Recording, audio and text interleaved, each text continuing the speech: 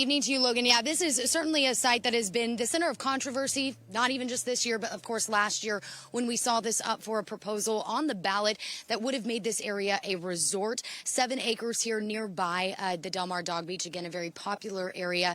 And I've been speaking with not only Del Mar City Council, but also residents in the area about the questions that they are raising about this issue. But I want to let you take a look at what the seaside development would look like, called Seaside Ridge. Take a look at these renderings here. Of course, again, submitted by the developer who wants to move forward with this. 85 of the 259 unit complex here on the Ocean Bluff side of Del Mar would be rent restricted, would be for affordable housing, something that they say will include 9 buildings up to 4 stories tall. They're going to have a 2-story parking podium and garage with some larger, taller buildings clustered in the center. So again, you're seeing here what is just simply a rendering of what this site would be, and certainly that is all it is. There are a number of steps that would have to happen before we see this come to any kind of fruition. I spoke with the Del Mar City Council members today about what exactly those steps looked like, what they are hearing from the developer, and what would have to happen before we saw this move forward. Take a listen.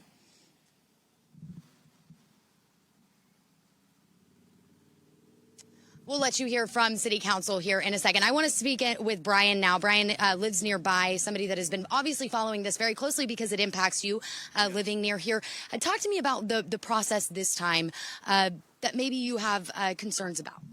Yeah, I guess my number one concern is that I think the developer and the owner, Lazier, are trying to bypass any of the city oversight and control on the zoning and just go straight to Sacramento, take advantage of some flawed state bills, I guess B9 and 10, that favor the developers and also don't require the developers to spend any money on services for the community like fire, school, and other things like and supporting the roads.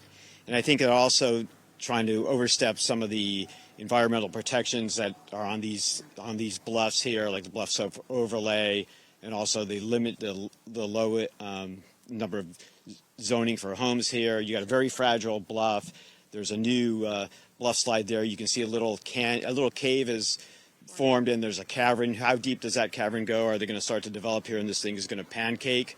So, do we really need 40 feet high buildings on a very fragile bluff?